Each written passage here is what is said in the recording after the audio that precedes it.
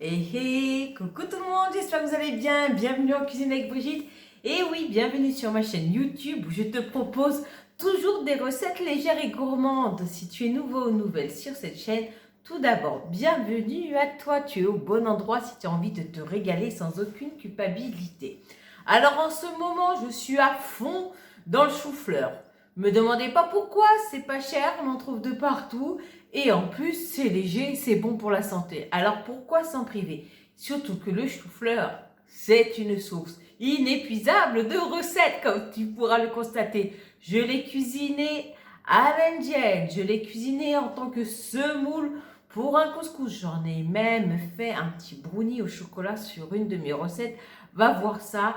Quoi? Bref, le chou-fleur, je l'adore. Avant, je n'aimais pas ça, c'est ça le pire. Mais maintenant que j'ai appris à le cuisiner, ça va être vraiment mon allié. Voilà, et aujourd'hui, on ne va pas déroger à la règle, on va s'occuper de lui, de notre chou-fleur. Et oui, et puis surtout, moi, je l'utilise en le réduisant toujours en semoule, comme ça. Voilà, je vais te montrer dans la vidéo, de toute façon, comment je fais pour obtenir cette semoule.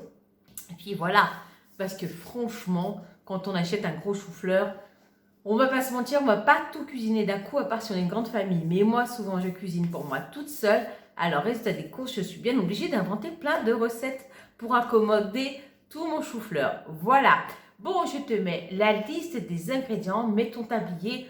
Aujourd'hui, je vais te donner des petites saveurs italiennes. Oui, il y aura un goût de parmesan, il y aura un goût d'origan, il y aura un goût de tomate. Ouais, on va se faire des gaufres de chou-fleur à l'italienne. Eh oui, andiamo! Allez, à tout de suite.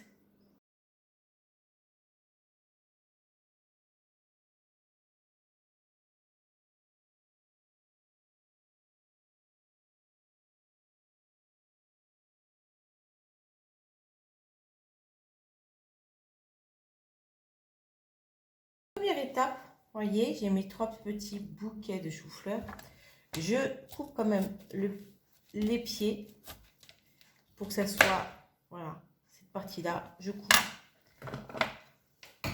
Et je vais mettre toutes les petites sommités dans mon mixeur, voilà. Et on va réduire ça en semoule. Voilà. Moi, j'y vais progressivement. Je fais petit à petit pour pas mettre de partout.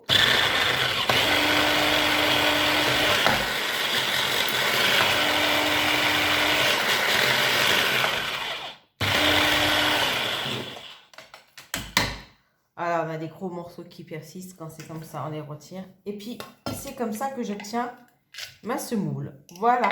Bon, allez, je vais continuer le reste et on se retrouve tout de suite après. Donc là, j'ai réduit mon chou-fleur en semoule. Maintenant, je vais pouvoir peser pour prendre que mes 100 g de chou-fleur. Le reste, de toute façon, vous avez suffisamment de recettes pour savoir comment l'accompagner. Ou sinon, vous faites tout simplement un peu plus de préparation. Voilà, là j'ai 100 g de semoule de chou-fleur. Je vais pouvoir rajouter maintenant tout l'assaisonnement. Je vais d'abord saler. Voilà. Pour ma part, je vais y mettre, vu que c'est à l'italienne, un petit peu d'origan. Un petit peu beaucoup, j'aime bien ça, j'avoue. Pour donner du goût, de la saveur et de la couleur, on va y mettre du concentré de tomate. Donc là, moi, hop, voilà, comme ça vous verrez mieux la quantité. Je vais en mettre, voilà, une belle cuillère à café. Si besoin, j'en rajouterai. Là, vous voyez, j'hésitais à en rajouter. Je vais commencer déjà à mélanger. Donc là, il n'y a que le sel, l'origan, le concentré de tomate. Voilà. Je vais pouvoir me remettre sur ma balance et peser mes 20 g de parmesan. Hop.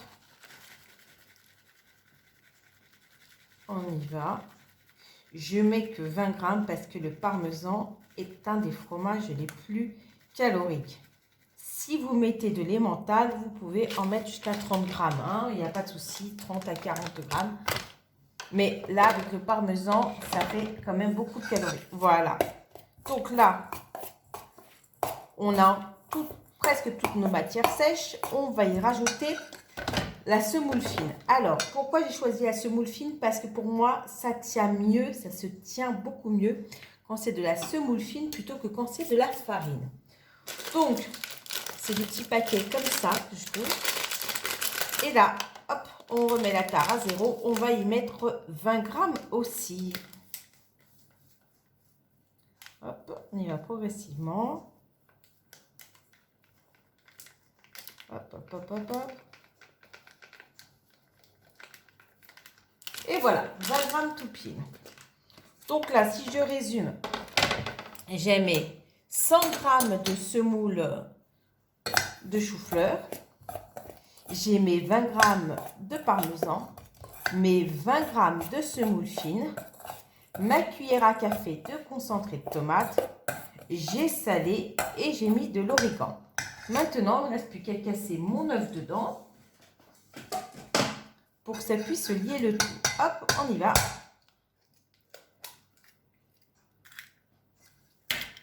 Et on mélange. On va obtenir une pâte. Voilà, vous voyez. On mélange bien.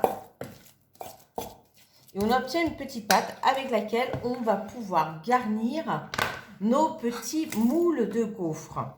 Alors, on va leur mettre quand même un fond de matière grasse. Je prends mon petit pinceau. Je vais mettre un fond d'huile, mais vraiment un fond, histoire que ça n'accroche pas. Voilà. Je vais badigeonner mes moules. Là, j'en badigeonne 2 parce que je pense que j'ai la quantité pour faire 2. Et je remplis mon moule à gaufres. Voilà. Hop.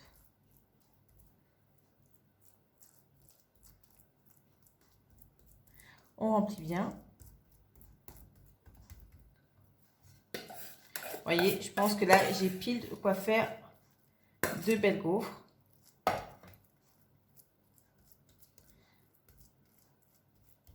Voilà. Et ça va aller au four. Et on se retrouvera tout de suite à la sortie du four. À tout de suite. Me revoilà à la sortie du four. Elles ont cuit 20 minutes à 220 degrés. Je ne vais pas vous mentir. J'aurais dû un peu mieux huiler mon moule qui soit un peu vieux, ce qui fait que j'ai eu plus du mal à les démouler. Mais elles sont pas mal, hein. Regardez-moi ça. Plutôt joli. Donc là, étant donné que je n'ai mis qu'un œuf, il me reste encore la possibilité de manger une protéine supplémentaire.